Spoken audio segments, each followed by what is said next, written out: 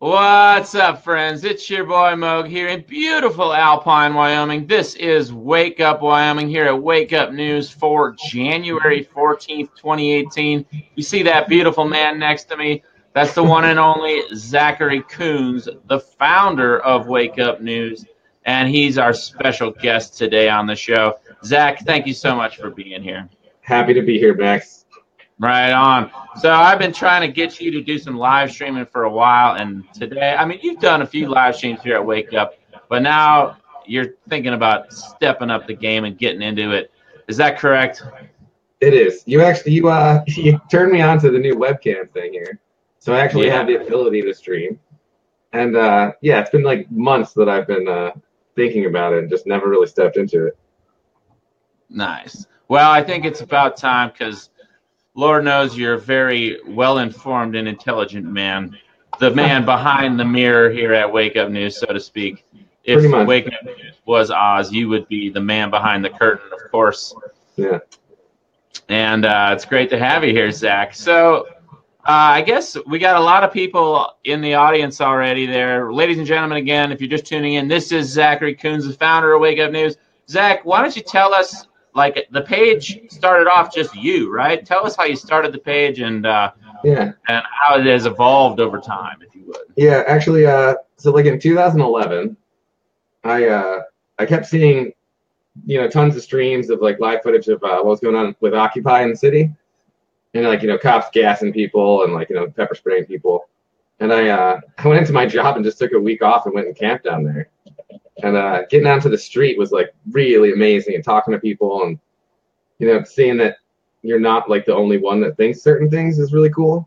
Being surrounded by like-minded individuals and like really getting out there and like voicing yourself like in person. So that was cool. And then I came back home, and the Occupy movement just kind of got crushed eventually. Yeah. And I wanted another source to, or, some way to keep spreading the message around. So I decided that Facebook might be a good platform, and I started up Wake Up, and I was the first like on the page. I was like number one, and now it's way bigger than I thought it would ever be. It's kind of crazy. Yeah. Yeah, well, thank God you started it because I'm so grateful. It's given me a platform to speak my truth, and Lord knows you too. And it's interesting. One of the stories we got today, it's been going on for a while now, but Facebook, we all struggle with the algorithms and the independent media trying to get the word out, and it seems like a constant struggle against the algorithms. Coming out of Facebook here, Facebook introducing sweeping changes will prioritize only trustworthy news. From our dear friend Tyler Durden over there at Zero Hedge. In a move set to infuriate news organizations that are not deemed trustworthy, Facebook is set to introduce sweeping changes to its newsfeed as early as next week, prioritizing trustworthy sites and removing clickbait and low-quality news publishers, while promoting posts from friends and family, the Wall Street Journal reports. You think that's going to affect us at Wake Up? You think our days are numbered or what? I really doubt it. I mean, like, Facebook's so strange. I don't think a lot of people realize, like, we have 520 something thousand likes, and such a tiny percentage of people actually see each individual post. So it's kind of been like, I don't know, not censored necessarily, but like, we definitely don't get the reach we should. As far as the trustworthy part, I don't know who's going to be making the decisions of what's trustworthy news, or who really does that. Just that's the weird part. Exactly. Yeah, it's going to be interesting to see what happens moving forward, and how we can evolve the organization to get the news out. If Facebook does in fact crush the reach further of pages like Wake Up News, I think it's important to note. As far as I'm concerned, getting rid of clickbait is an awesome idea, because I think I get like making money off of websites and stuff, but it's like, how many times you just it's really just a headline, and then there's no real substance, there's no sources, and like people don't know. Like, you've been doing it pretty well, like media literacy, and like trying to like get people into like looking for sources. You can there should be a source for every single thing at the bottom, And like you can keep backtracking it, and if it goes back to nothing, like maybe just keep an open mind, and like it might just be bull, It's tough. It is tough. It's a fine line in independent media because, you want to, I mean, if you're going to spend hours every day working on this stuff, it's probably a good idea to make a little money at it. But at the same time, just putting out a bunch of clickbait crap is not benefiting anybody or making the independent media more trustworthy and reliable. So no, exactly. And it needs to be trustworthy. And, you do a great job of sourcing things, even like going back to like old books and stuff, like there's a lot of material out there that's not just internet oriented, like Google has a lot of great stuff, but like some of the older books were like, there's a lot of information out there that people don't really tap into, I don't think, anymore. Yeah. Agreed completely. Well, has anybody got any questions for Zach? Again, Zach, the founder of Wake Up News. We're trying to get him going, doing his own live streams here at Wake Up. So if anybody has any suggestions, give us some questions, some ideas for Zach. Again, we're discussing the new sweeping changes here at Facebook, prioritizing only trustworthy news. I saw Adam Kokesh, who's actually an admin at Wake Up as well. It's amazing. We've got so many great admins at Wake Up. Yeah. I think he's been live streaming over at DTube now. So maybe, I don't know. Yeah, if anybody has an idea. But, I don't know. It's going to be interesting to see what happens here if our reach goes up. Rupe Douglas has a great question for you. Zach, how many feathers does a chicken have? I would say in the hundreds, probably. Hundreds, perhaps thousands. Probably. Mark Parada chiming in there. Facebook is censoring truthers. No big surprise there. That's been the story for a long time. Josh Rabbit asking if the drill was real, what would we do? That's a good question. Talking about the wrong button sends out false missile alert. Has everybody seen this, Zach? You've seen this in Hawaii. They're blaming it on somebody hitting the wrong button, and for 38 minutes, the people of Hawaii were very effectively terrorized by the government when it sent out this alert. This is actually a friend of mine on Maui, Kimberly, who tunes into the show once in a while, Kimberly Jonasson. And this is what showed up on her phone yesterday. Ballistic missile threat inbound to Hawaii. Seek immediate shelter. This is not a drill. Yeah, that had to have been super scary. And the guy, whoever pressed the wrong button, if that's what happened, he's got to feel like complete shit right now. Like, that's a giant mistake. I mean, making people like, there's potential of dying within who knows how long. That's pretty scary stuff. Yeah, right? Good comments here from Bansuri Swami. It sounds to me like the accidental missile alert was accidentally on purpose in a U.S. military and government test to see how the public reacts, some sort of psyops, that sort of thing. That sounds about right, huh? Yeah, I've read a lot of people, commenting similar things. It's hard to tell. I mean, Yeah. Well, I don't understand. Okay, let's say then it said that the guy who sent it out was notified immediately because it showed up on his smartphone too. So you'd think that if you accidentally hit the button that says we're going to get nuked here in Hawaii, it wouldn't take you 38 minutes to correct the mistake. You know what I mean? Not at all. Yeah, it's completely ridiculous. Yeah. Yeah, that's what showed up on people's phones. Dustin Bark over there in Hawaii said this is this is pure and simple terrorism. He had a great comment on it, a real poignant comment. But I thought it was interesting in this article, at the time of the alert, Trump was wrapping up a round of golf at Trump International Golf Club in West Palm Beach, Florida, when the incident was unfolding. White House spokeswoman Lindsay Walters said Trump was briefed by aides and that the incident involved purely a state exercise. That sounds about right. It sounds like a state exercise in psychological operations. Well, if anything, it definitely raises those tensions between us and North Korea again. It gets everyone rethinking, hey, I should be scared every day. That could have been real, and maybe it'll be real next time.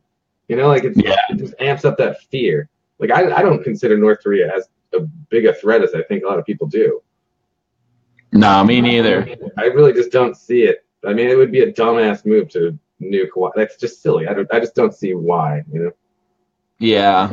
Well, yeah, it's I agree. It seems to me like it's, terrorism is the rule through violence and fear and threats and intimidation.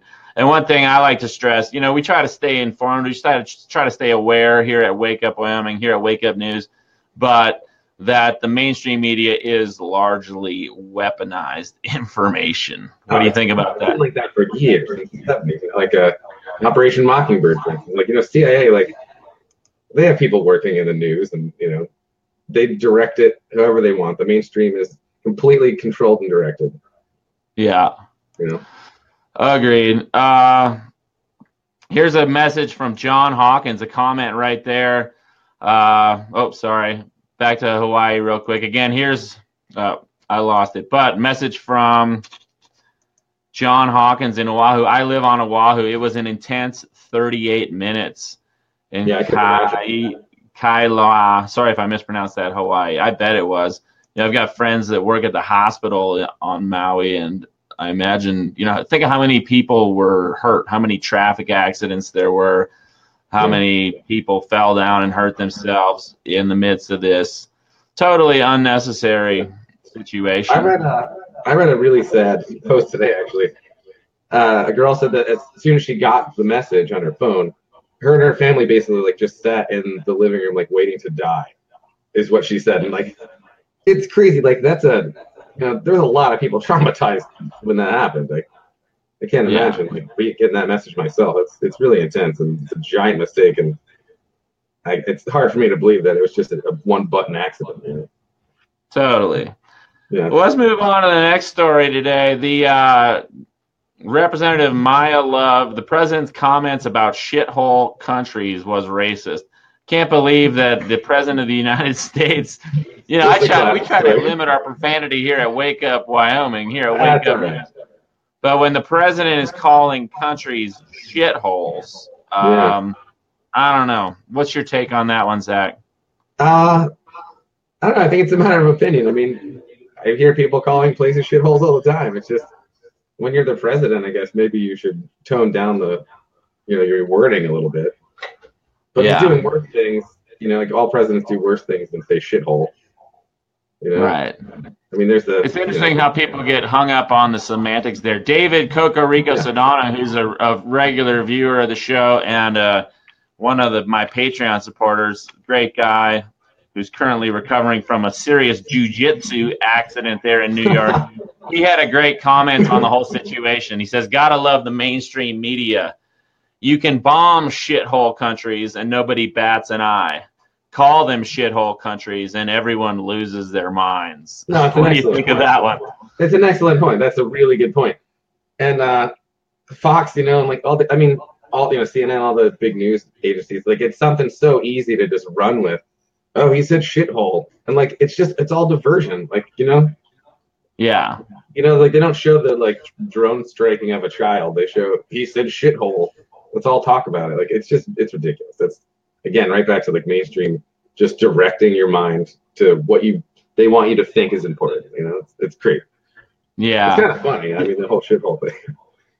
It is a funny way to describe something, but definitely not appropriate for the president of the United States. Again, it seems like Trump, I don't know. My opinion, Trump wouldn't be in the White House if he wasn't playing ball with the entire oligarch corporatocracy of which 100%. He's a, born and bred member. And lots of good comments in here about it. Presidents need to hold themselves to a higher standard.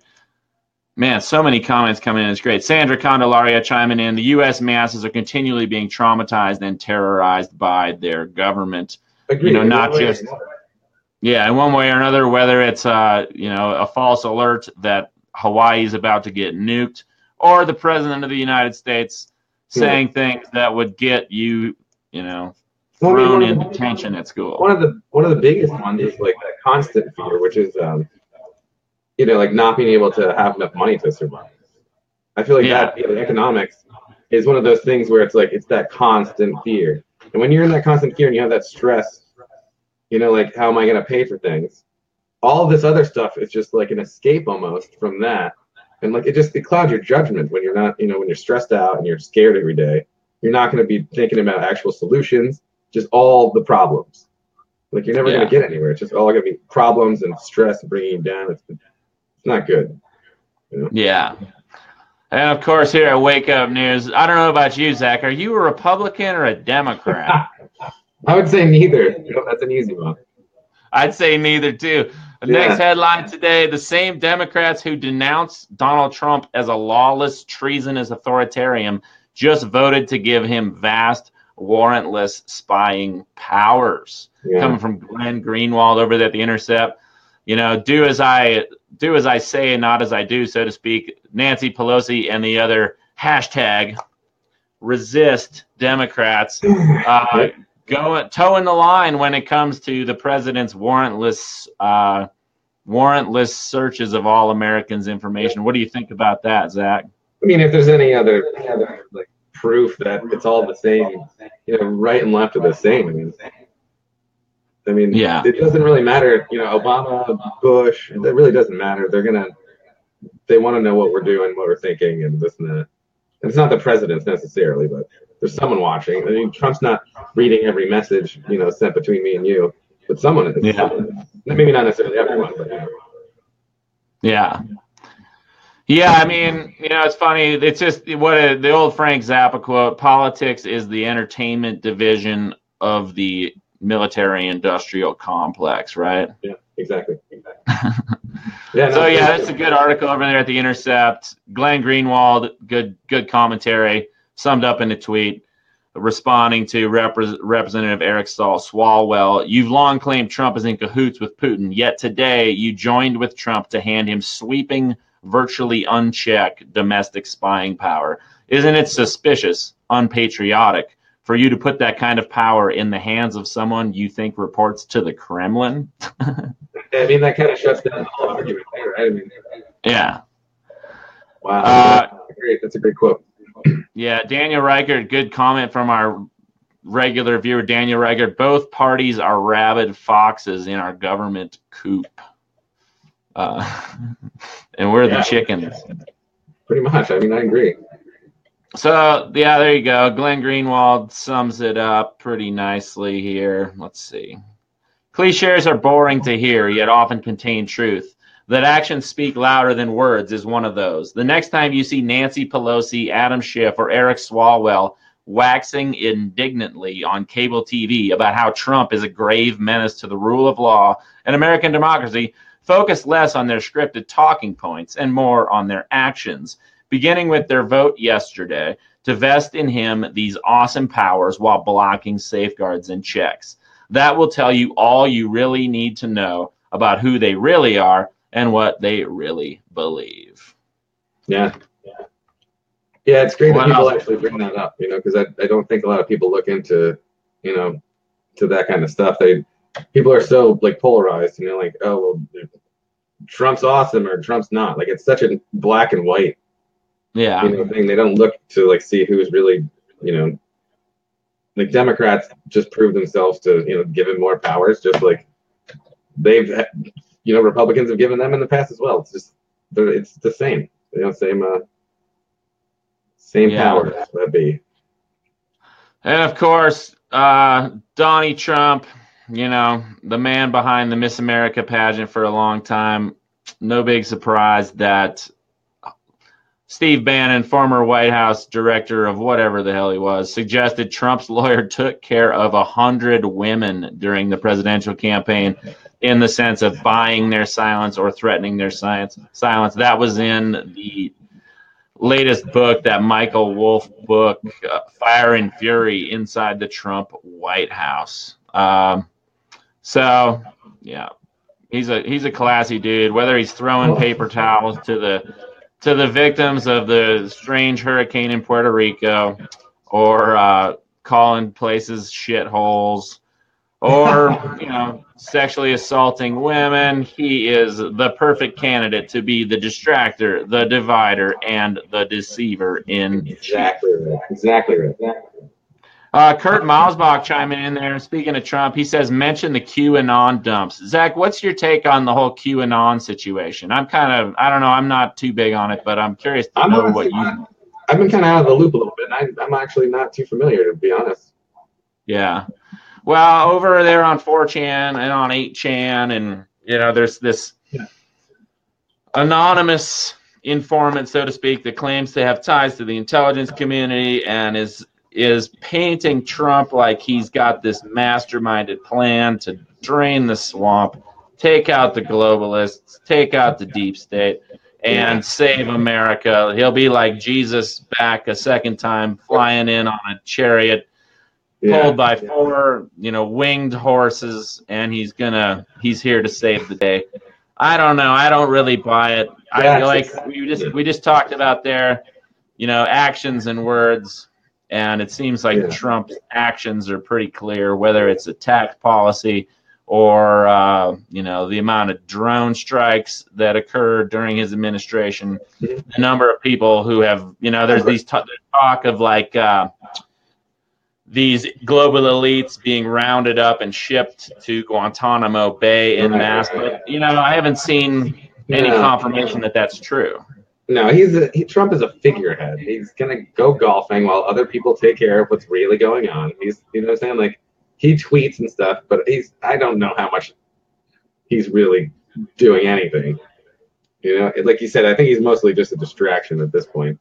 As far as like draining the swamp and stuff, like when I see that happen, maybe that'll be cool. But there's no way he knows what's up. Like he's not taking that risk with his life. You know what I'm saying? Yeah. You can only go so far as a president. You're a figurehead. You go on TV and you say things and you distract and this and that. That's really it. Like, Obama was great with talking, like very charismatic. Trump, they're just using a different way. He's just everyone seems to hate his guts. So it's real easy to just blow everything he says out of proportion. Yeah, I agree. Well, and it's funny, Zach, you just updated the banner at Wake Up News. And it said free Bradley Manning for years, and we just updated finally, just due to sheer laziness, we hadn't updated Bradley to Chelsea. And now Chelsea Manning running for Senate in Maryland. That should be interesting to see how that pans out. Transgender former Army private who was convicted of passing sensitive government documents to WikiLeaks is seeking to run for the U.S. Senate in Maryland, according to federal election filings. I don't know. That's going to be interesting to see play out.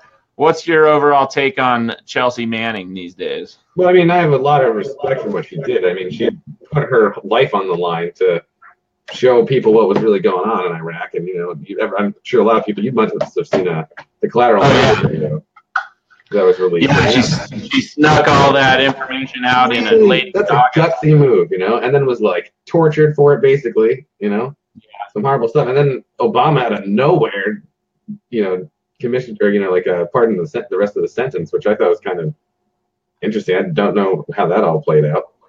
Yeah, because she was convicted in 2013 for the largest leak of classified docs in history and was sentenced to 35 years in prison. Right. Last year, as President Obama was nearing the end of his term, he commuted Manning's sentence to time served, and she was released from military prison. So I don't know, in my opinion, I kind of look at Chelsea Manning. Who knows what the government can do to you once they've got you in solitary confinement for years, literally. So we'll see what Chelsea does, but I'm kind of just curious to see where she stands with certain issues and see if she's still got that same kind of, transparent outlook, I would hope so, but we'll see. Politicians are a little wacky sometimes. Yeah. Ruth Jones with a good comment there. Chelsea was pardoned while Snowden and Assange still prisoners or, still wanted. Really good point there. So I don't know. I I take Chelsea Manning with a grain of salt these days just because, you never know what the government can do to you when you're locked up in solitary for years. I agree. And, we'll see. Moving on to the next story here, Zach. This one's kind of good. Slow. what these early 20th century scholars got right about 21st century politics. Unlike many economists today, they questioned fundamental social structure. Losing my shades there. I'm going to paste this one in because it's a pretty good read.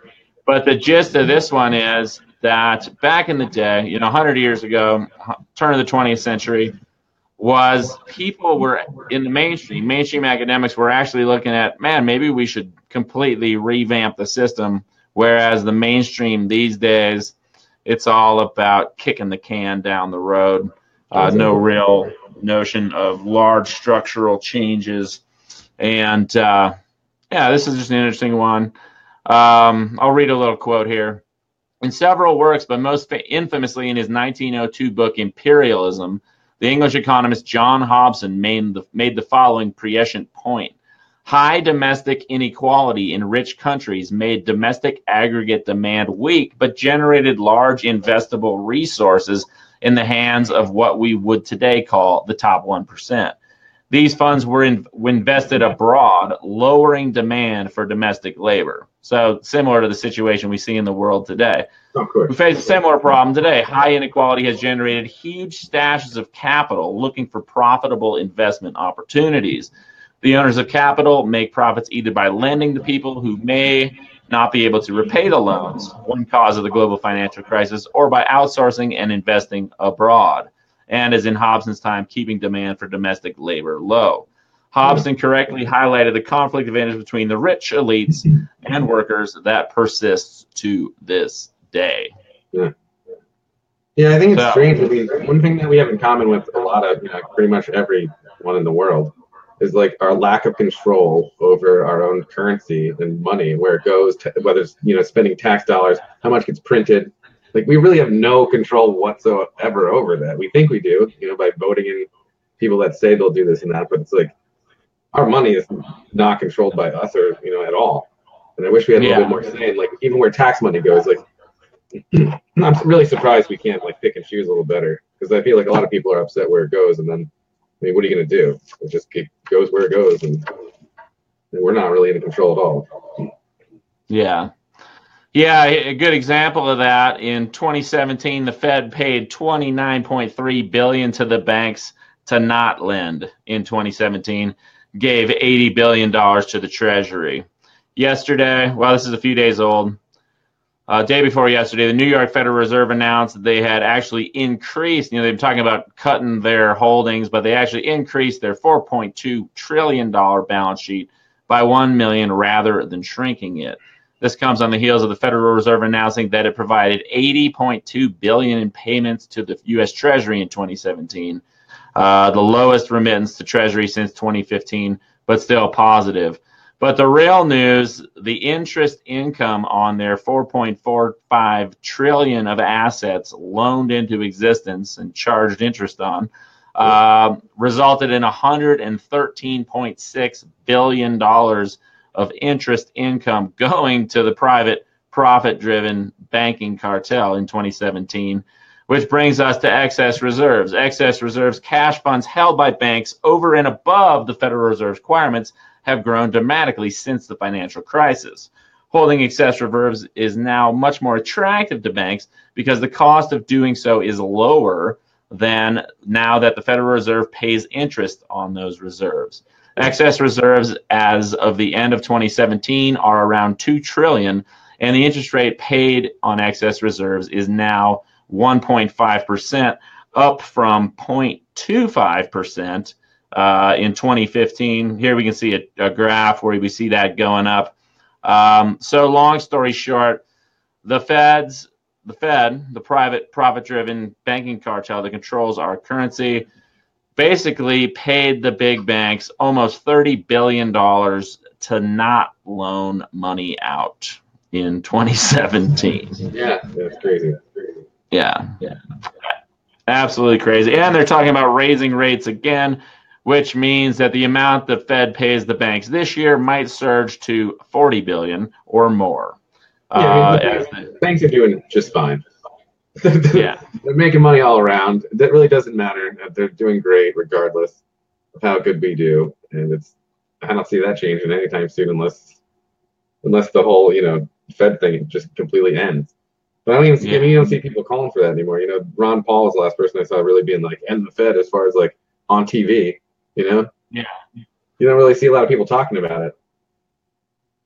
Well, and you know, I don't know. I'm still on the fence about cryptocurrencies. I've been investing in them, but the kind of seems, you know, the original cryptocurrency, Bitcoin, was created out of concern about, you know, trying to change the financial world, trying to put it into the hands of the people, decentralized currency. And interestingly, it's still taken off despite the coordinated mainstream attack on cryptocurrencies. Coming out of Bloomberg 4 days ago, the world's top-rated crypto exchange added 240,000 more users in 1 hour. And that's Hong Kong-based Binance. The world's biggest cryptocurrency exchange keeps getting bigger. Hong Kong-based Binance.com is adding a couple of million registered users every week, with 240,000 people signing up in just an hour on Wednesday. CEO Zhang Changpeng said in an interview with Bloomberg Television. Demand is so high that the company is limiting new customers, he said, though Binance may fully reopen in the coming weeks. Zach, what's your take on cryptocurrencies? It's a tough one, man. We've had some talks about it, and like, you know, talking about like Bitcoin, for instance, you know, like a lot of the, I mean, in my opinion, you know, like those giant spikes, if you had enough money, you know, like say you had $1 billion to throw around, or, you know, a couple hundred million, you investing that in could literally surge the market, you know, just, you know, and raise the value of what you just put in, kind of, right? I mean, and then if you took that back out after making a quick profit, it drops, you know, and you screw over a lot of people, but you made a quick buck. I think that it could definitely be used that way. It's kind of a scary idea. Yeah. You know, yeah, it's interesting to see. I like the idea of it. It's hard to say. I'm in the same boat. One interesting cryptocurrency, you know, Bitcoin has been suffering due to its limited block sizes, limited number of transactions it can process, resulting in higher transaction fees. And the one cryptocurrency that has been doing really well recently, although not today, is Ethereum, which is up, you know, it's up crazy amounts in just the last couple of, well, since, you know, over the last year. But if we look at the last month, you can really see, you know, around December 18th, the price $693, and it peaked out at about $1,400 just a couple days ago. Interesting thing about Ethereum is, unlike Bitcoin, it's not plagued by those, you know, seemingly easily avoidable problems with block sizes. And apparently, 92% of the new coin ICOs are built on the Ethereum blockchain, meaning that, you know, some new company starts up. There's some now where it's like, we're going to have the world's largest online gambling platform based on blockchain technology, or we're going to have a website where you can pay virtual, you know, webcam strippers with our cryptocurrency, and it's built on the Ethereum blockchain. Crypto Daily, who puts out a great YouTube show, estimated that 92% of the ICOs are built on the Ethereum blockchain. So that's one to keep an eye on. Probably a good, you know, probably one that's going to be around for a long time and is going to be one of the, you know, the Amazon.coms or Facebook's of the cryptocurrency space. You got anything to say about that, Zach? Yeah, I mean, like I said, I like the whole idea. It's just, I feel like everything's so easily corrupted. Like, even if it gets to this point where, you know, like it's making some changes, I don't know, man. Cryptocurrency, like, I mean, there's people up there at the top, I would say, that have a lot of money that, you know, if they felt threatened by this, I don't think it'd be a real hard thing to shut down completely. Yeah. You know what I'm saying? Like, if it became a real threat, I think you could see things just start crashing. Yeah. Right. You know, It's really, it's hard really to. I agree. That's why I'm still skeptical about it. You know, like yeah. I've got some hope in the cryptocurrency realm, Oh, but of course.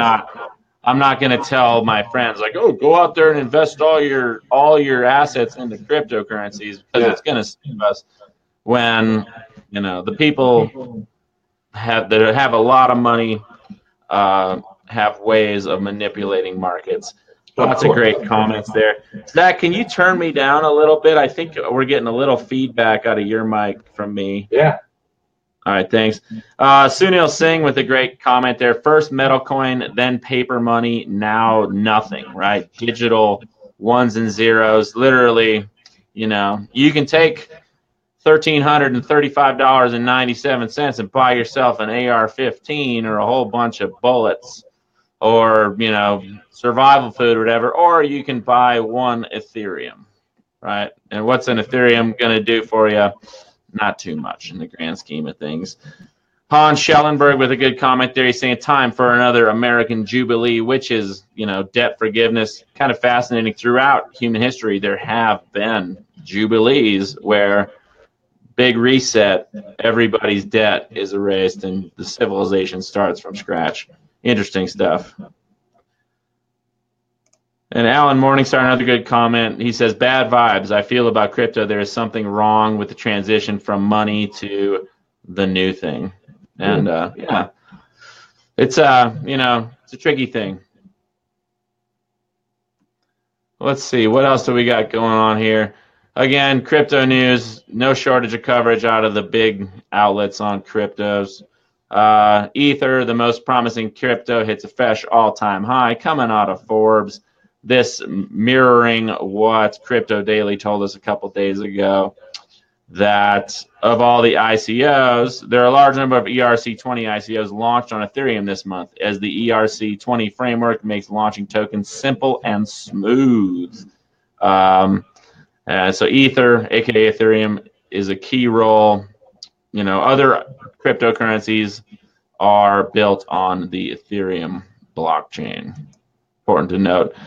Of course, in the midst of the big run up in the cryptos, world stocks continuously hitting all-time record highs. Hong Kong up for a record 14 straight days. Zach, why don't we see, if the economy's doing so good, why is the average person struggling all over the world? What's going on here? I was just going to mention that. I think it's funny. Obviously stocks hit an all-time high, and you'd assume that everyone else, like, did you get a bigger paycheck this week because of that? Like, no. It's all funneled up to the top, and obviously, it doesn't come back down. So you're saying the trickle down economics doesn't work? I would say that after a good amount of time of trying, I mean, that's even what we've been trying to do. It's not working. Whatever we're doing isn't working for like the average person, obviously. Yeah, I agree. It's a nice thing to celebrate, and I think it's easy to make people think like, hey, our economy is doing good, so it's like everything's fine. But I mean, look at our debt clock. Yeah. Like, I don't know. I feel like it's just it's to make you think that we're doing good, but it doesn't really affect you that much. No. Unless you lose your job because the corporation you work for decided that instead of paying you wages, they just want to buy back some more of their stock and increase their share price, make it look good on paper. Of course. When in reality, things is not so good. I mean, even the Pentagon, like when they were fudging numbers, and all of a sudden, like there's a difference of 6 point something trillion dollars. Yeah. It's all about what makes it, and I'm sure they looked good on paper for a while, and then, it all comes falling down because, I don't know. And that kind of money, man, like 6 trillion, just imagine what that could do, Right. There's another good comment in here from Sunil Singh. Sunil Singh, thank you for all your comments. Thanks to everybody for your comments. Drop an EMP bomb, voila, there goes your Bitcoin, right? It's a decent valid point. Yeah.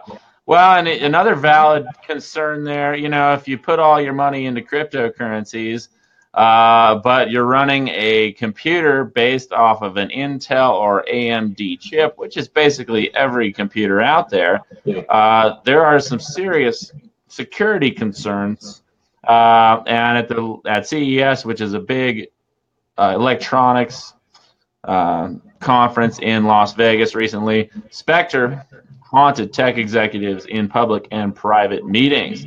Despite being drenched and briefly thrust into darkness, the largest annoyance for many top tech executives at CES was the shadow of Spectre.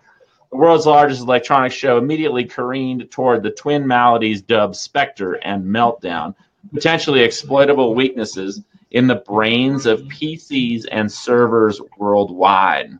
On Monday, Intel Corp chief executive Brian Krzanich, days after originally revealing the potential attack targets discovered by Alphabet Incorporated affiliated research, began his pre-show keynote by praising the industry-wide response and stressing that Intel wasn't solely affected.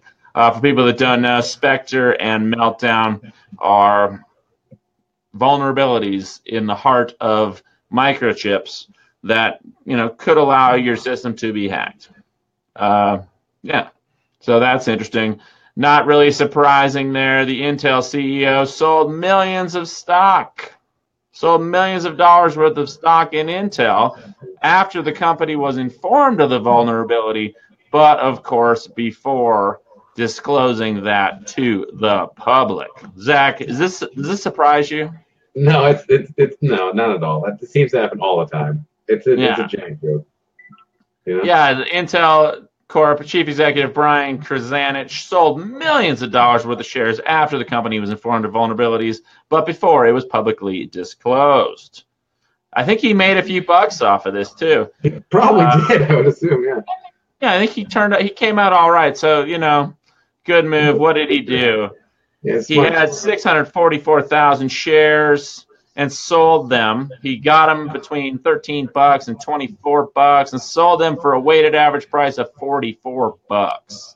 Yeah. He also sold almost 245,000 shares he already owned at a weighted average of $44.56. So he made an extra 51 cents off of those ones, bringing his total down to exactly the 250,000 share threshold that, as Intel CEO, he must own as required by Intel, corporate policies.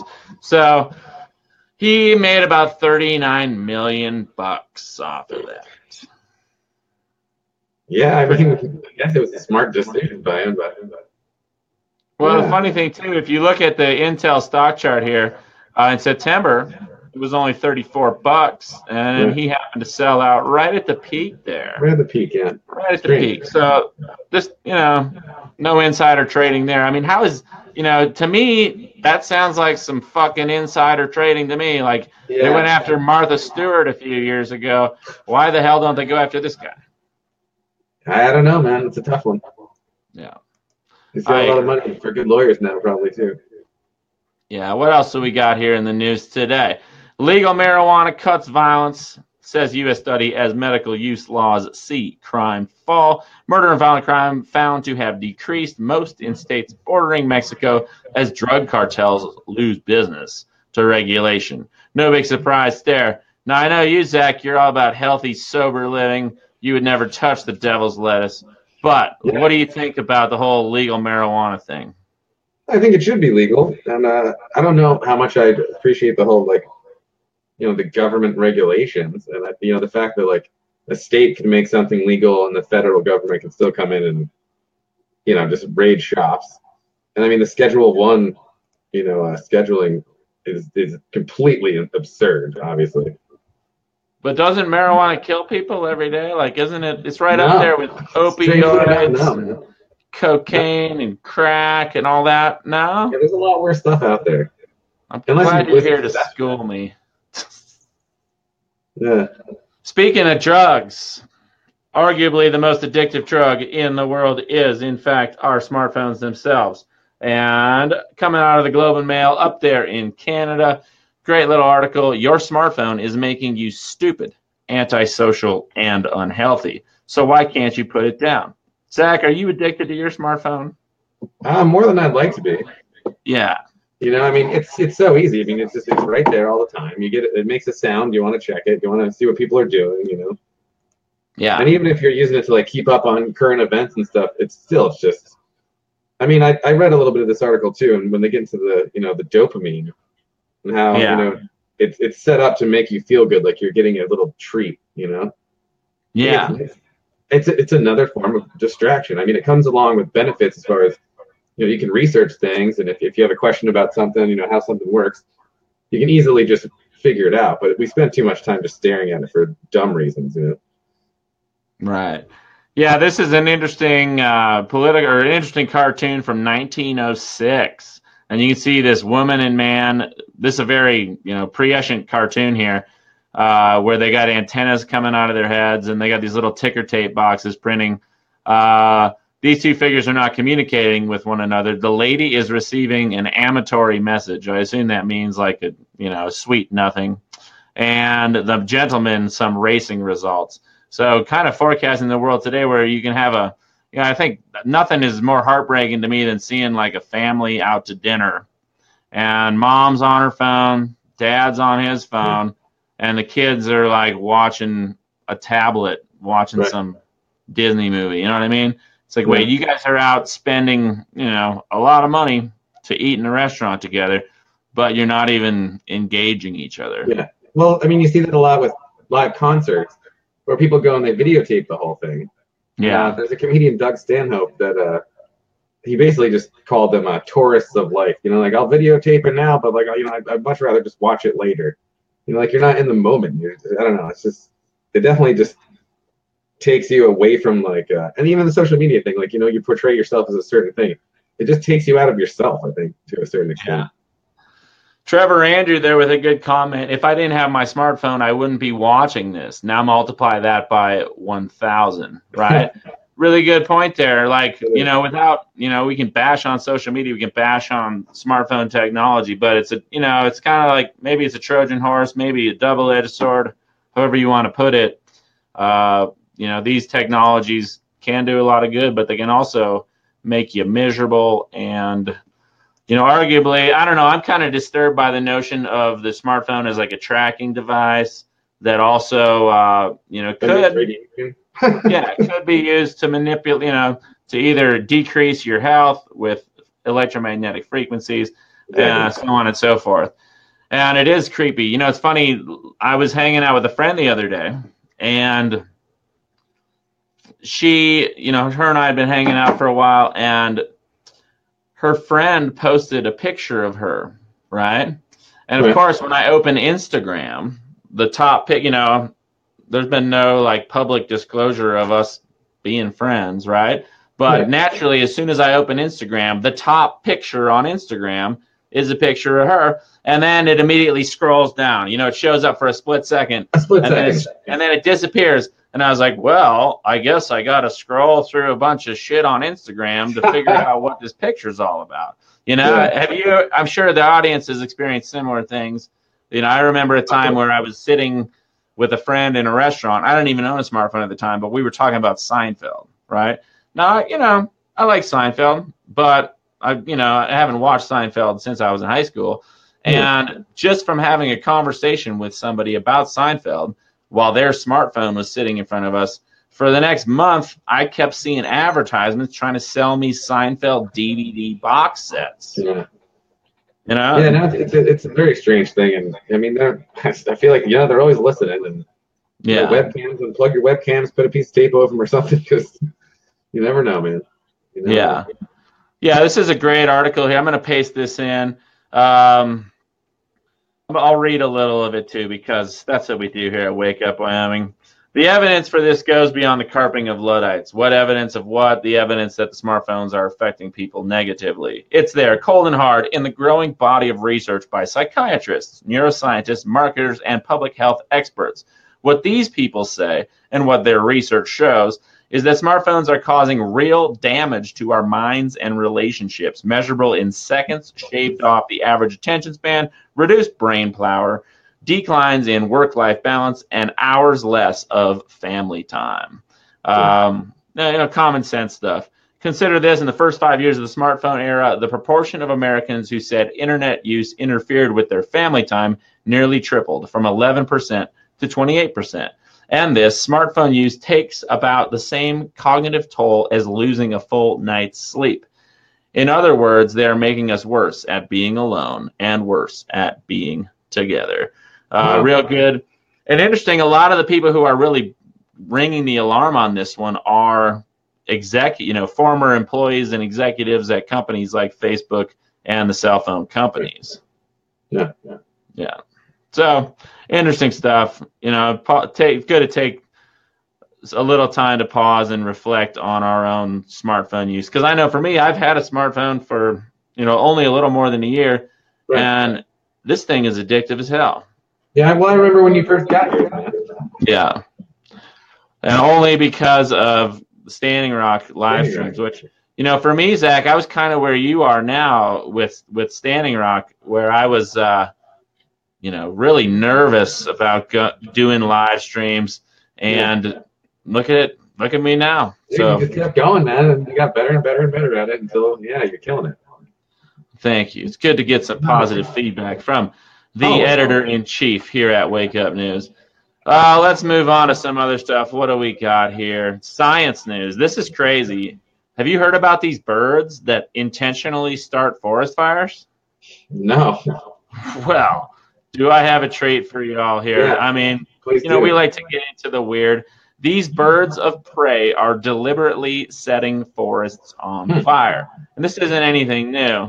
Just chalk this up to the fact that Australian wildlife is nuts.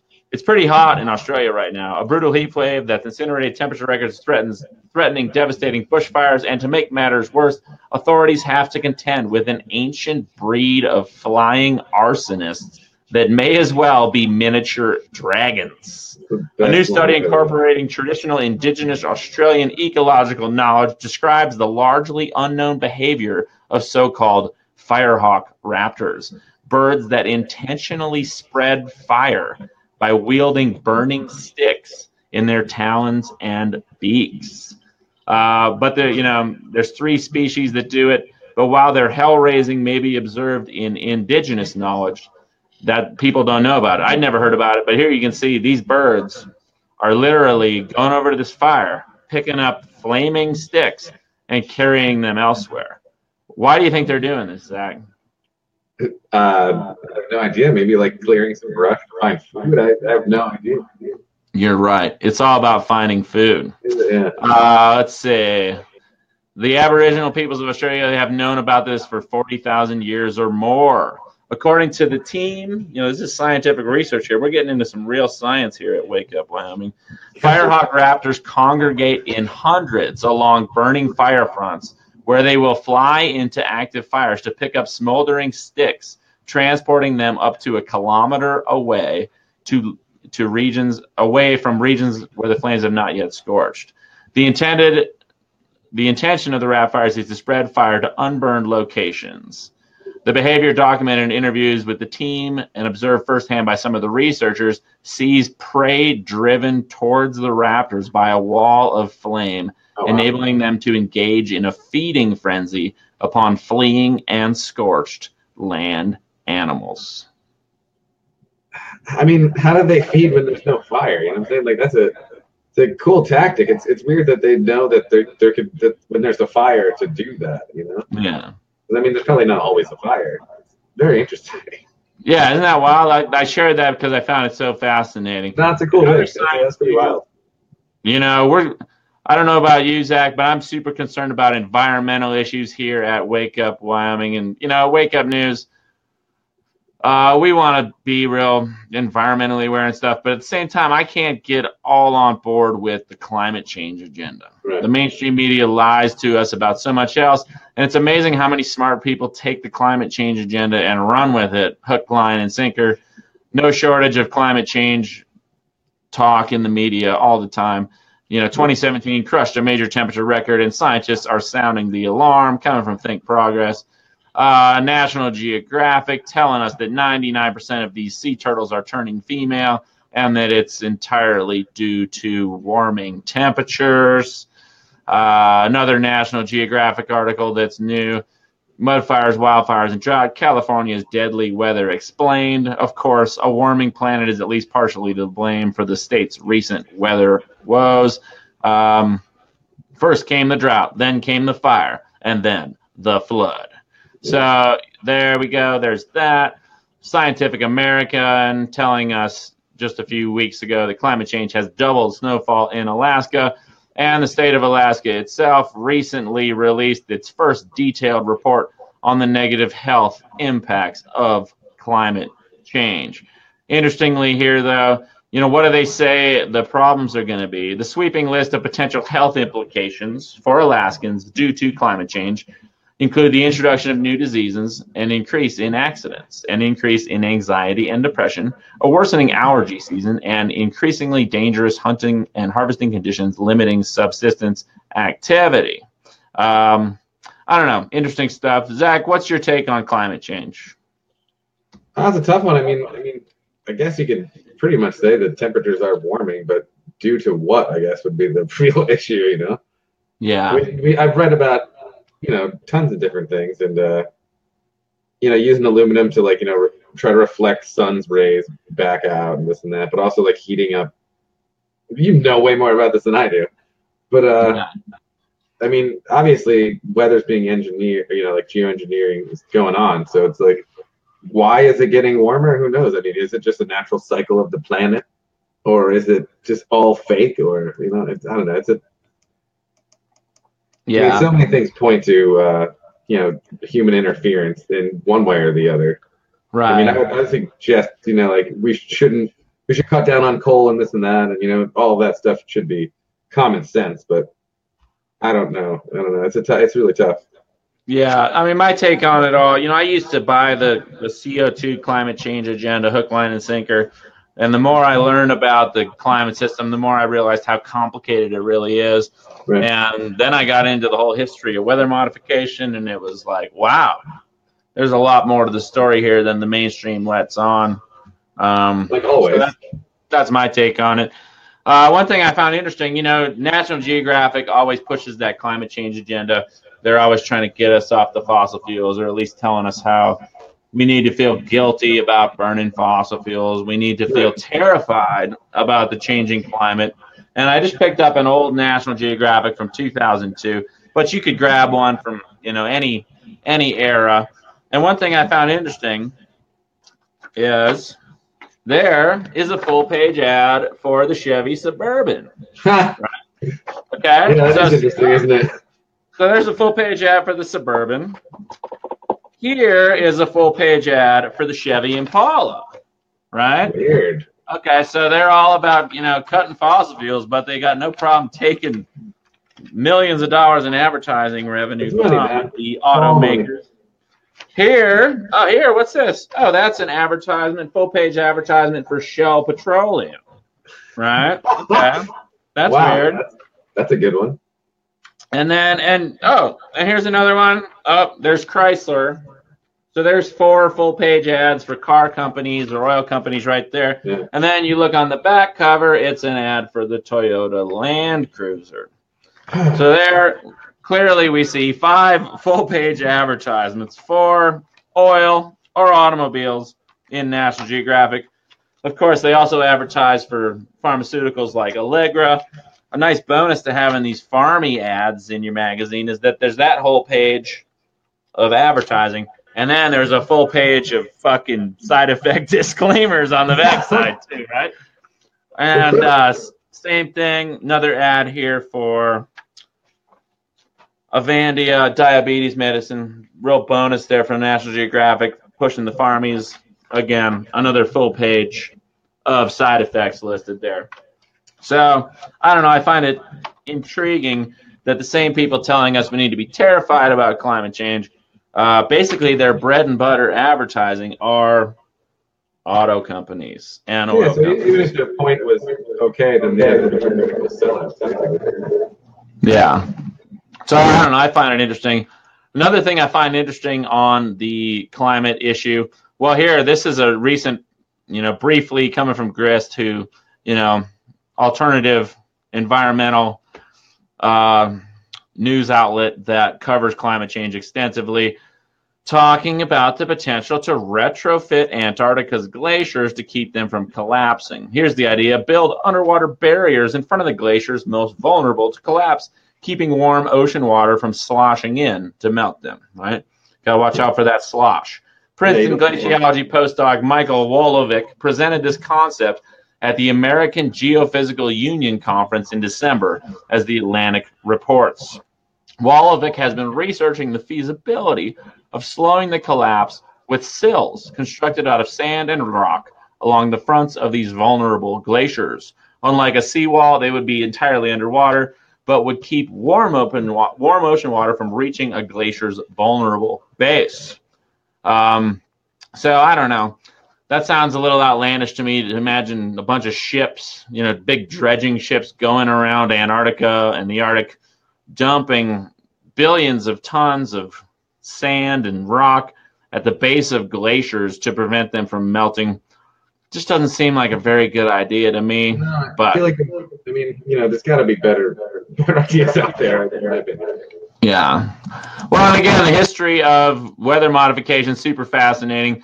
If anybody hasn't seen it yet, there's weathermodificationhistory.com, run by the indomitable Jim Lee and Dominic Marama, both of whom we've interviewed on the show in the past.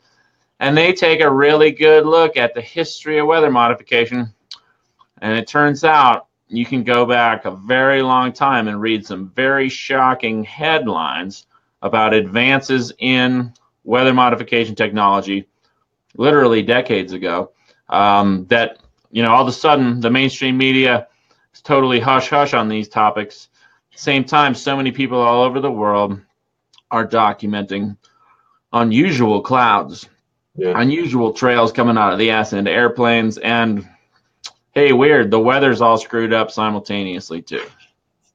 Very strange. Yeah. You know what I found interesting too? Have you ever heard about PM Borisov's proposed method of melting the Arctic ice cap, Zach? No. Well, have I got a treat for you here in the Science News today? There's an article, published in the Bulletin of Atomic Scientists in March of 1969, where a Russian researcher asked, "Can we control the Arctic climate?" Right? And it turns out long ago, they wanted to melt the Arctic ice cap, right? We're always told, oh, the Arctic is melting so fast. Well, back from the 18th, I'll just read it. This is fascinating stuff. This material presents a plan by Petr Milanovich Borisov for melting the Arctic ice cap. If the Arctic ice is once melted, much less of the sun's radiation will be reflected out into space, and therefore the Arctic ice cap will not reform. An ice-free Arctic Ocean would be a great boon to oceanic shipping, especially between Europe and East Asia. Much land in northern Canada and Siberia would be freed of permafrost and made suitable for agriculture. Borisov believed that an ice-free Arctic Ocean would lead to increased evaporation of water and hence increased rainfall worldwide, including the region of Sahara Desert, leading to grass growing there. He considers all of the impacts of the melting of the Arctic ice cap to be beneficial, asserting that a melting of the Greenland ice cap would raise sea levels at a rate of only 1.5 to 2.2 millimeters per year. Soviet climatologists in the 50s and 60s gave considerable thought to how the melting of the Arctic ice cap could be achieved. Two conferences were held on the topic in Leningrad in the early 1960s after the initial conference convened in Moscow by the Presidium of the USSR Academy of Sciences in 1959 on the topic. The idea of melting the Arctic ice cap goes back to 1877, when Harvard geologist Nathaniel Shaler proposed channeling more of the warm Kuroshio current through the Bering Strait. Carol Livingston Riker in 1912 proposed using a 200-mile jetty off Newfoundland to divert more of the Gulf Stream to the Arctic Basin. And Julian Huxley, the brother of famous globalist author Aldous Huxley, while he was head of the UN Environmental and Scientific Committee, proposed in 1946, 1 year after we nuked Hiroshima and Nagasaki, to use nuclear weapons to break up the Arctic ice cap. Other methods include covering great areas of the Arctic with black powder, such as coal dust. How would you do that? I imagine you'd spray it out of airplanes. Dispersing cloud cover over the central Arctic basin, deepening the Thompson sill, covering the water surface with a monomolecular film. What could go wrong there? Installations to direct warmer Atlantic water into the Kara Sea, and pumping cold Arctic water into the Pacific to draw warm Atlantic water into the Arctic basin. So, fascinating. Yeah, it's very interesting.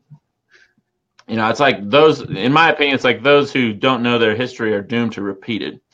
And, you know, while Alaska's telling us that all this melting permafrost is creating havoc up there, at the same time, if all the permafrost melted, that land, you know, huge swaths of land in Alaska, northern Canada, and Siberia would be opened up to development.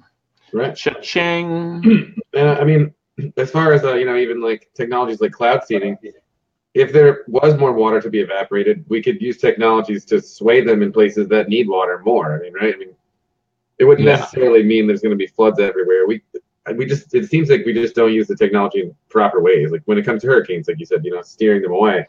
Yeah. It just, whoever has control of, you know, the weather manipulation doesn't really have our interest in mind. I don't know what their interests are, but. Yeah. Johnny Gabriel had a great comment there. They suppressed all other forms of power so they can corner the market on petroleum products. They don't give a shit about our health or the planet's well-being. They want to depopulate us so they can control us easier. Agenda 21, Georgia Guidestones. Georgia Guidestones. Yeah. Right. Fascinating stuff. So don't buy into the climate change hype completely. You know, do be concerned about the environment, but of course, I wouldn't recommend people take the climate change agenda hook, line, and sinker. What do you think, Zach? No, I agree. I think it's a lot more fear. It's another way to, again, like have people divided on a topic. You know what I'm saying? It's good to have educated like discussions, but it's one of those things where it's like, if you believe in climate change, you know, in the mainstream thought process, then you're gonna like really not get along with someone just based upon their opinion that might be opposite of yours.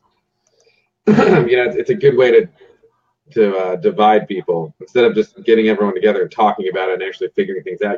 Everyone's just, I mean, you can see with Trump and, you know, Democrats and Republicans, we're just taught to like instantly just disengage with anyone who has a different opinion, and that's, I feel like it's the same right down the line. Well, and for me, yeah, absolutely. For me, in my experience, like when I bought the climate change agenda hook, line, and sinker, I could get an article published in the local paper, no problem. Yeah. But as soon as I started talking about conspiracy theories about people messing with the weather, oh, I was crazy, and no one could take me seriously. Yeah. I don't know why I keep showing this lady dipping the tea bag, but I feel like it's been there like this whole time. I have no control over this, but it's just kind of fun. She doesn't look happy, really. No, I mean, that just kind of, you know, that's how I look at the mainstream media, I guess. Here's an interesting story. Russians asking for help after swarming drone attacks in Syria. Double attacks marks the first time swarming drones have been used by terrorists against hardened targets. You seen these crazy drones? These, I mean, they're homemade. They look like model airplanes. Yeah, they're like styrofoam and wood and stuff. Yeah, interesting stuff. But yeah, swarming drone attacks. There's one of them there. Real homemade, rudimentary thing. But I don't know. The way of the world, the future of warfare, kind of looks like it's going to be more about drones than multi-million-dollar fighter planes. Also, I mean, if you look into, I mean, I know you're probably going to read some of this, but where they say they think they might be coming from, or, you know, they're creating like in Ukraine. Yeah. And I mean, everything's a proxy war at this point, man. Like, we helped, I mean, Oliver Stone just, I guess one of his movies, Ukraine on Fire, I think it's called. Have you heard about that? Yeah. Where it kind of like talks about us propping up like the far right wing government there. Oh, yeah.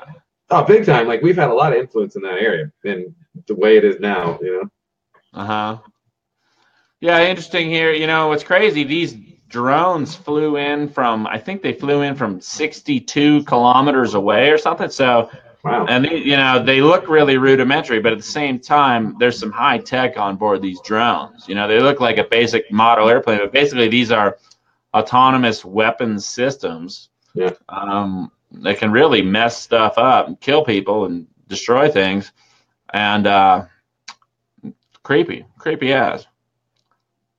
Yeah, very strange how easy it is to make weapons nowadays. Yeah.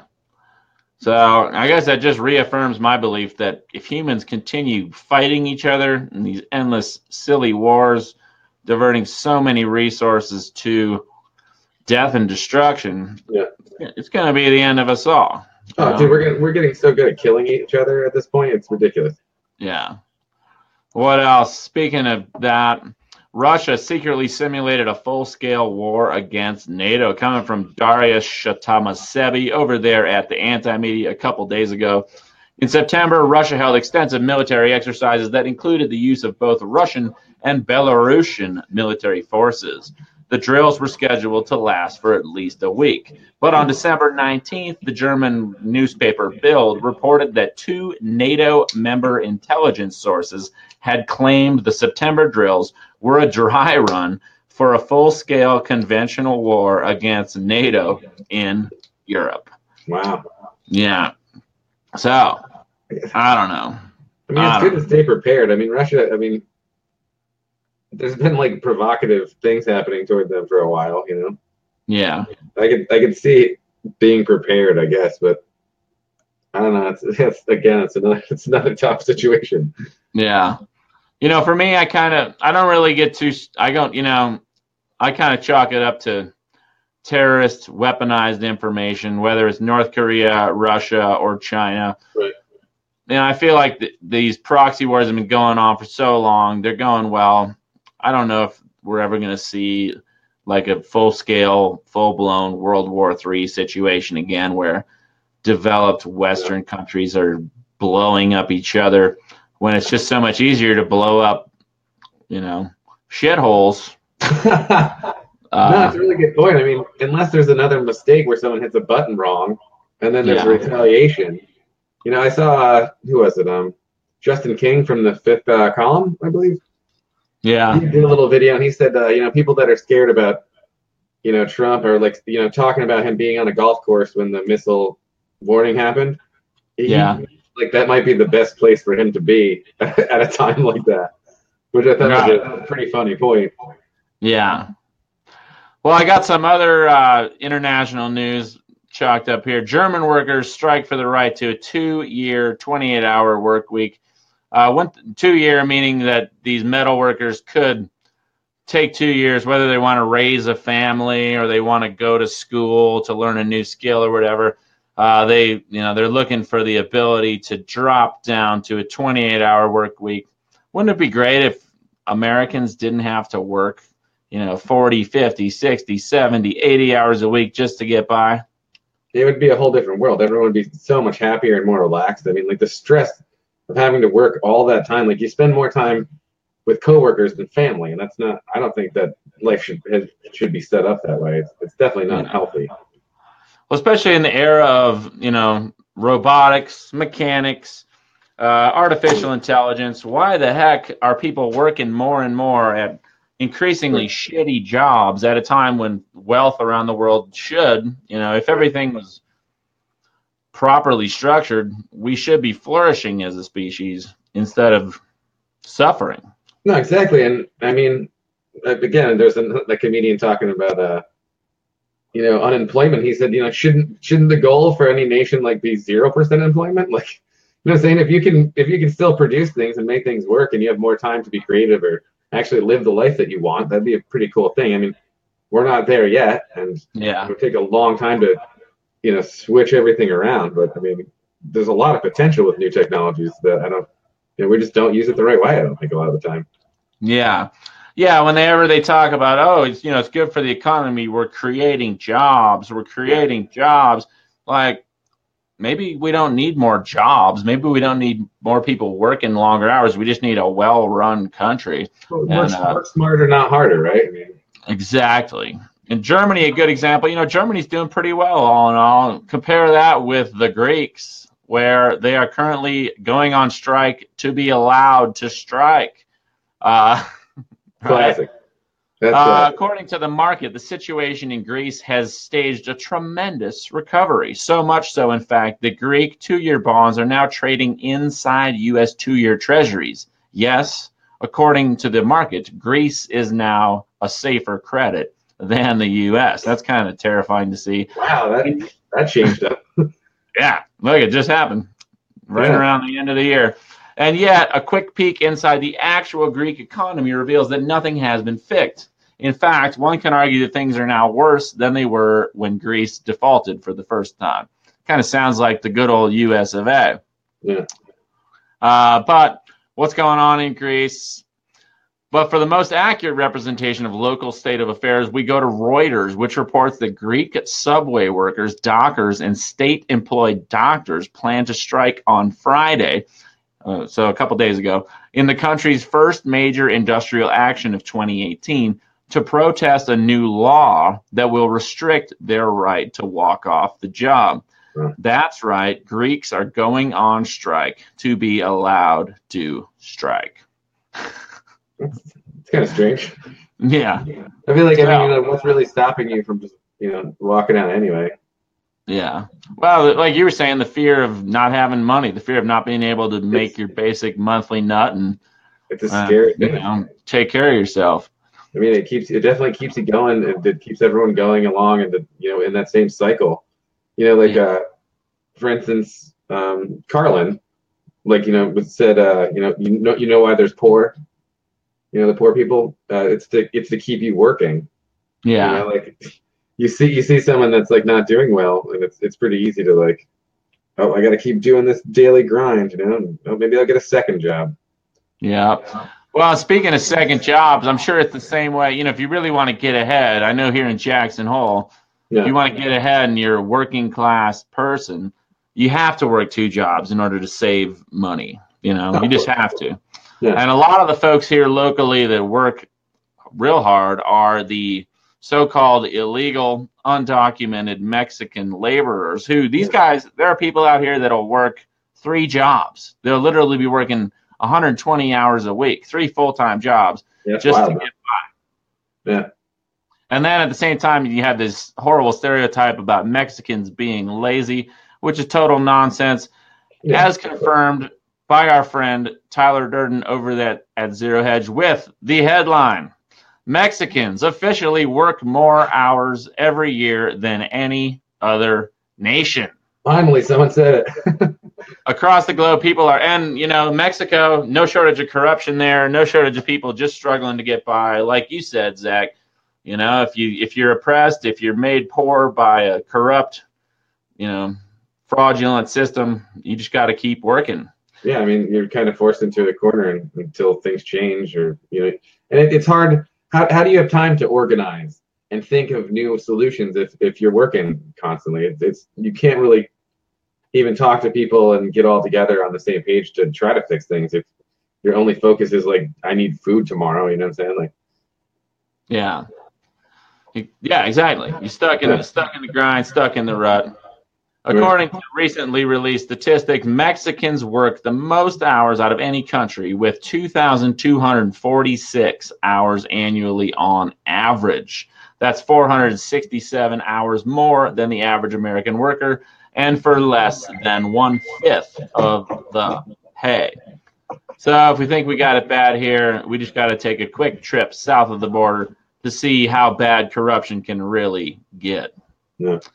But there's the statistics right there. Notice these countries like Germany, the Germans work 400 hours annually less than Americans. That's 10 40-hour work weeks of less work. There's no reason people should be stuck working that much. How many hours a week is that? 2,246 divided by 52 weeks. Who's got the calculation on that? I want to find out how many hours per week the Mexicans work. Anyone? All right, I'm going to figure it out then. I got it here. So 2,246 divided by 52. The average Mexican in Mexico works 43.2 hours per week. So there you have it. Fascinating stuff. Speaking of south of the border, shocking footage shows a crowd of hungry Venezuelans slaughtering a cow in the open. Have you seen this video yet, Zach? I didn't watch the actual video, but this kind of thing goes right back to the point of us not having any control over our own money systems. You know what I'm saying? Like, yeah, there's so much outside interference when it comes to Venezuela's economy. It's crazy. Well, you can see here in this video, these guys, I mean, this is literally a pack of people This was filmed by a lady driving by in her car, but this is literally a pack of hungry Venezuelans hunting a cow, beating it down just to get their basic caloric needs met for the day. You know what I mean? You gotta survive. Yeah. I feel like there's a lot of people on just one cow. I don't know if they're all gonna get a meal out of that cow, but I don't know. Oh yeah, this is a good sized cow, but sad to see there. But yeah, coming back to the cryptocurrencies and all that, and the importance of controlling our own money supply, being in charge, Right. I don't know. It's sad. Despite the grinding poverty and widespread social unrest that has challenged the last vestiges of Chavismo, Maduro has effectively sidelined his opposition while brutally suppressing popular uprisings. What we're living is barbaric, said opposition leader Juan Guaido in a tweet referencing the slaughter of cattle. The dehumanizing regime of Nicolas Maduro is turning a blind eye to the tragedy that we Venezuelans are living. In a rare interview with Western media published earlier this week, Maduro repeated his claim that the country's economic collapse is the result of a conspiracy between his domestic political opponents and foreign powers like the CIA, trying to foment an uprising and overturn what they perceive to be a hostile leftist regime. The irony here, of course, is that the U.S. and Venezuela had for years maintained a relatively peaceful and lucrative commercial relationship, evidenced by the success of Venezuela's U.S. subsidiary, Citgo, the oil company. Even when former leader Hugo Chavez spewed anti-U.S. rhetoric, he was behind the scenes cooperating with his purported imperialist foe. Still, the supermarket shelves perennially empty and Treasury Department sanctions choking the regime off from the dollar-based global financial system, one can't help but wonder how much longer Maduro can hang on before an outright rebellion erupts. So, isn't that funny? Venezuela, one of the most oil-rich countries in the world, but the whole country is in shambles due to corruption, mismanagement, international financial shenanigans, and the like. Yeah. What else do we got in international news? With Saudi princes dead, arrested King Fahd's grandson flees kingdom to Iran. What do you think of that one? I don't know what the hell's going on in Saudi Arabia, man. It's crazy over there. Yeah. I mean, the whole thing too, and their shady dealings. I don't know, man. It's a shady place over there. Yeah. I mean, they're our greatest ally, but you see what they do over there. Like, it's so easy to say, oh, Muslim countries, don't treat women right, and then they behead people in their streets. We're selling them jets. Like, I don't know. It's such hypocrisy. Yeah. But as far as this whole thing with the royal family and things, I've been fleeing to Iran. Like, I don't know much about it necessarily. Yeah. Well, I'm reminded of, there's a old movie, I think it's called Network, and Immortal Technique cited it in one of his songs on the Martyr album. It says, "We no longer live in a world of nations. The world is a college of corporations, inexorably determined by the immutable bylaws of business. The world is a business." He's always on point. And, there's rich people and there's poor people. It turns out, whether it's Venezuela dealing with their oil issues, their hyperinflation issues, or it's the shakedown in Saudi Arabia, seems like money doesn't really know borders, and you got rich people screwing poor people, and then, yeah, it is what it is. I mean, yeah, that's the basic foundation of where we're all getting screwed and where all our issues lie, and that cycle just keeps repeating. I hope cryptocurrency or something like that takes power out of the hands of people, and when you have that kind of money, it's easy to manipulate any kind of currency market. So, Derek Rose has a lot of good ideas when it comes to actually building that community. where if something shit hits the fan and you don't have money or cryptocurrencies are out the window, you have a group of people where you have food, you have this and that, like you have real things like actual resources. Yeah. It's tough to just rely on one thing to help us get out of this. There's so many different variables. Yeah, agreed completely. I'm with you there. I don't think we should put all our eggs into the basket of cryptocurrencies, but at the same time, that's in my mind, that's like the closest thing we got to a rebel alliance attempting to take out the empire. If we're going to allow me a Star Wars metaphor here. And on that note, I think we might as well get to the horoscopes. Zach, do you want to read the horoscopes today for our viewers? No, I'm good, man. I've actually had to take a pee for the last 20 minutes now. So if you want to take care of the horoscopes, read Virgo, please. Read Virgo for Zach, then he's got to go pee, ladies and gentlemen. Here, very professional broadcast. Virgo coming at you, Zach.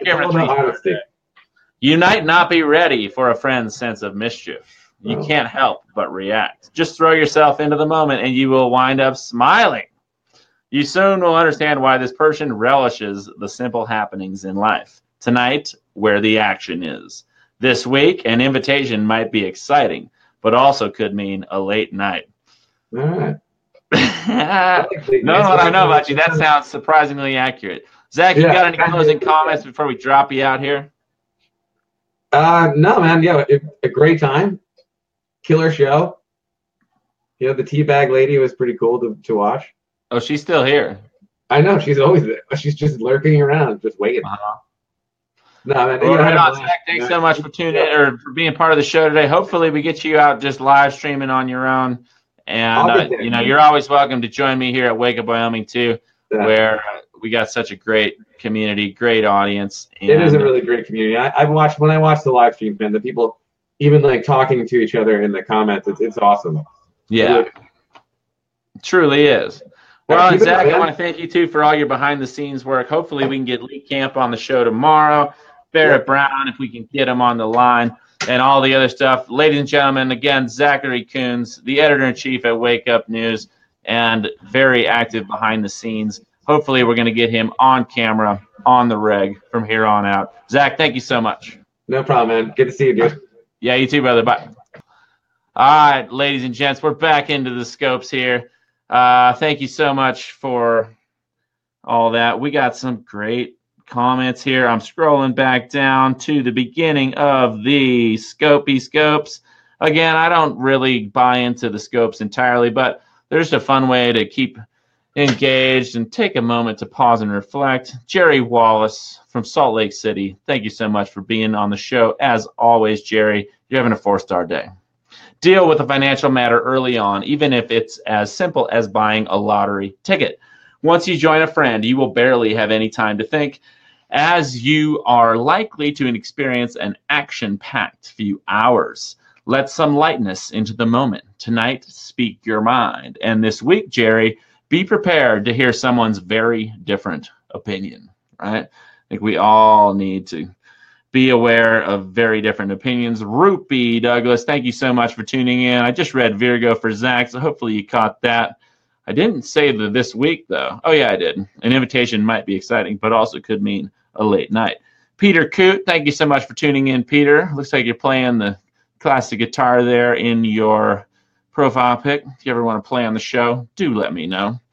You are a Cancer, just like our dear friend David Cocorico. You're having a 4-star day. You would like to defer a problem to someone else, and you are likely to do just that. This person loves to have control and enjoys calling the shots. Why not let others do what they enjoy so that you can free up some downtime for yourself? Tonight, Peter, tap into your listening skills. And this week, a loved one goes above and beyond to demonstrate his or her caring. So there we go. Deborah Cuthbert's son looking for Pisces. Also Daniel Reichert. Pisces coming at both of you. Thank you so much for tuning in. All your comments, all your shares, all your support. 4-star day for you, too. You see what others can't even imagine. Part of the reason this is possible is that you are not involved. You'll look at all the actions, reactions, and subsequent actions from an observer's perspective. Make fewer judgments. Tonight, share news. And this week, zero in on what needs to happen, then follow through. Always good advice there. Zero in on what needs to happen and follow through. Johnny Gabriel looking for Capricorn. 4-star day for you, Johnny. Thanks for that great comment earlier today about the Georgia Guidestones and Agenda 21. Very real things. 4-star day. You might not be sure what the best thing to do is. When encountering an unexpected jolt that affects your personal life, you might wonder if the actions you took were the right ones. Accept responsibility for what comes down the path. Tonight, Johnny, do whatever you want. And this week, you have an opportunity to express the best parts of yourself. So do it. Lots of great comments here. Thank you all so much. Julie Howlett looking for Taurus. I'm a Taurus too. Let's see what's going on for me and you. 4-star day for us. Keep reaching out to a loved one at a distance. Your ability to turn a personal matter around emerges. You might not always like sudden change, yet you don't fight it. However, the other party involved could have a strong reaction. Tonight, dinner at a favorite place. This week, do not turn away from an exciting opportunity. Caitlin Brown, you're a Virgo. Hopefully you just caught that. Anthony Turton with a good comment there about cryptocurrency. Crypto makes you think.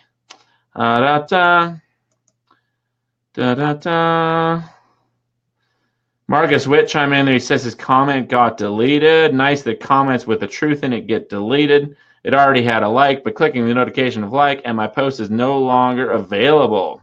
So poor and pathetic. Well, EMP, it goes on and on. Marcus, sorry your comment disappeared. Rest assured that was not us here at Wake Up News. I have noticed comments of mine getting deleted all the time. And it's funny, when this posts, it will only show the top comments or the top unfiltered comments. So I don't know what your comment was, but if you keep pasting the same comment in over and over again, it's very possible that the Facebook algorithms are going to flag you for spamming. Just a thought. Again, we don't ban anyone at Wake Up News. We don't delete any comments. This is legitimate online dialogue. So apologies that your comment was deleted. Sunil Singh, thank you for all your great comments as usual. Aquarius, 3-star day. Reach out to someone you care a lot about. You might feel the need to withdraw and distance yourself. Do, by all means, as you will need all of your energy in the near future. An unexpected conversation could have surprising results. Tonight, Sunil, get some extra downtime. And this week, make a personal decision, but don't announce it just yet. Trevor Andrew, thanks. I'm glad you like the show. Hopefully we'll get Zach on here more. It is kind of stressful live streaming for the first time, and we appreciate all of you being so supportive. Let's see. Tom, Nancy Brown, what's up, Tom? How you doing today, brother? Looking for Libra, coming at you, sir. You are having a 4-star day, according to Jacqueline B. Gar. Stay close to home. You need to be more present, and you could be feeling exhausted. Take a nap if you can. Always a good idea. Veg and watch your favorite TV show. Make time for a youngster who would appreciate your attention. Enjoy being with this person. And tonight, make it easy. This week, Tom, a change on the home front requires your agreement. So there you go. Sunil Singh says, bro, you missed so much. Look in the comments. I'll check out the comments after the show today. Again, thank you so much. Again, also, I don't know if every comment shows up. I've had that problem, here on the Be Live platform that I'm using to live stream. I think most of the comments show up, but it's hard to keep up with that stream of comments and catch all the good ones while also trying to do the show. Laura Christine Wintro, Gemini, coming at you. Good to see you from Florida with love. 4-star day, Gemini. You mix a sense of being carefree with an element of thoughtfulness, right? The art of caring a lot while simultaneously not giving a fuck. You might need to combo this deal with a loved one and his or her reservations about a matter that involves both of you.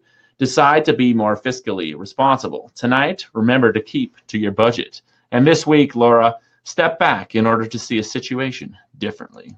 There we go. Trevor Andrew looking for Cancer. I already read that. There it is on the screen. So check that one out. Caitlin Brown, I already read Scorpios. Hopefully you caught that one. Deborah Cuthbertson, Virgo. I read that one too, so hopefully I caught that one. Hoppy Holbrook coming out of Jackson Hole. What's up, Hoppy? Looking for Aquarius. Thanks. I'm glad you enjoyed the show. 3-star day for you, Hoppy Holbrook. Reach out to someone you care a lot about. You might feel the need to withdraw and distance yourself. Do, by all means, as you will need all of your energy in the near future. An unexpected conversation could have surprising results. Tonight, get some extra downtime. And this week, make a personal decision, but don't announce it just yet. There you go. Thank you, Daniel. You're awesome, too. Rupee Douglas, later to you, too. Take it easy. Frankie Lynn, Capricorn, I read that one. John Watson asking, is this live? Indeed it is, John. Indeed it is. Thank you for tuning in. Let's see. We did Pisces. Peter Coote, have a nice day. Going skiing today? No, not today. I'm resting up today. Carmelo Le Figueroa, looking for Virgo. I read that one already, so I'll put that up on the screen for you. Apologies to anyone who I missed in the comments there for one reason or another. And Rupp Lisa, looking for Libra. I think I read that one, but I'll read. Oh, I did read that one. There it is, Libra, up at the top of the screen if you want to see it. Thank you, Deborah Cuthbertson. Appreciate you tuning in. Looking lovely as always. Man, so many great comments. So many great comments. Julie Howlett, thank you. Marcus Witt there. Marcus, if you keep posting the same comment multiple times, they're going to flag you for spam, I believe. Gatesville, Texas. Jake Bryant looking for Aquarius. I think I read Aquarius. It's funny, I got a pretty good memory, but when it comes to reading the scopes, it's just I get overwhelmed. I don't know what I've read yet. Yeah, I already read that one for Hoppy Holbrook. Trying to catch up with the comments here. Winter, Madison Kennedy, Sagittarius. I know I haven't read that one yet. 3-star day. Be willing to admit when you are wrong about an issue. Always good advice. Others also have strong opinions. Reaching an agreement takes time, mutual respect, and understanding. Ain't that the truth? You could casually negotiate this issue and come to a meeting point. Tonight, weigh the pros and cons first. And this week, Winter Madison Kennedy, test the waters and see the results of an investment. Brandy Stoner, what's up, Brandy? How you doing today? Looking lovely as always. Thank you for tuning in. Leo, the Lion, 4-star day. Reach out to someone who often has strong opinions. You might like this person's suggestions when he or she explains an evolving situation. Look at this interaction as an opportunity to understand where others are coming from. Tonight, run some errands. And this week, you don't need a reason to make an appointment. Just do it. So there you go, Brandy Stoner. All you lovely Leos in the world. Man, so many comments. So I read Sagittarius for you already, Winter. John Watson looking for potato, please. I don't think there's a sign that revolves around potatoes, but I don't know. If you know something I don't, let me know. Jake Bryant saying, love your show. Thank you so much, Jake. Appreciate you tuning in. Sunil Singh asking, do you have a YouTube channel? Yeah, if you just search for my name on YouTube, it'll show up. My name, Max Mogren, right there. Just Google Max Mogren. You can find me on the Facebook. You can find me on the YouTube. You can find me on the Twitter, although I'm really not that active there. You can find me over there at Steam/DTube. You can find me on YouTube, and you can find me over there at Patreon.com. If you want to support my work, check it out over there on Patreon. I'm creating journalism, live streams, and writing a book about my dog. Although the book has been on the back burner, looks like I just lost a patron.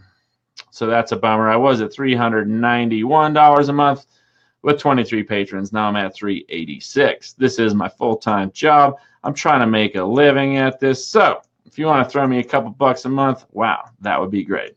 That would be really great. But if you don't, no big deal. Lots of comments there. Winter Madison Kennedy says, please share your name. I just put it up there. Again, I'm on Patreon. My name, Max Mogren, right there. Mogren, M-O-G-R-E-N. You're close, Winter, but not quite. And on that note, I'm signing off for the day. Thank you all so much. Bummed that we lost a Patreon subscriber, but hey, what you gonna do? Turns out if you want to make a living being an independent journalist who's not afraid to step outside the status quo and think for himself and share information that's rather sensitive, not the most profitable thing to do. So thank you so much. Sunil Singh says, please drop in a link to my YouTube channel. All right, I'll do that. YouTube. Let's see, where am I at? I got a picture of, what's her name? Janet Yellen, head of the Federal Reserve, just because it's fun. I'm going to paste that into the comments right now. There's my channel. So there you go. It's in the comments there. If you can't find it, just go over to YouTube, search for MAXMOGREN, and it will pop right up for you. On that note, I'm signing off. Remember, the mainstream media is weaponized information. We kind of live within a terrorist state exercising a global depopulation agenda. It's kind of a bummer, but what you going to do? You're going to get all bent out of shape and frustrated about it and terrified and feel hopeless and depressed and worried all the time? No. What's the point of doing that? Probably a better move to be aware, but don't get downtrodden by intentionally weaponized information. Go out there and make a difference within your sphere of influence. Right? Take care of yourself, the people you love. Focus on the things you can control, and the stuff that's beyond your control, well, maybe it's best just to let it slide. But at the same time, let's all do what we can. We got 104 people tuned in right now. If everybody that's out there spend an hour today trying to do something that aligns with their skills, their vision to make this world a better place, well, that's a big deal. We just did 104 hours of community service, and, gotta love it. So y'all take care, take it easy, have a lovely day, and we'll be live again real soon, hopefully tomorrow, with Lee Camp, the host of Redacted Tonight over there on RT, but still waiting to hear back from Lee. Hopefully we got him on the show. If not, we'll keep doing what we're doing. Y'all take care. One love. Peace.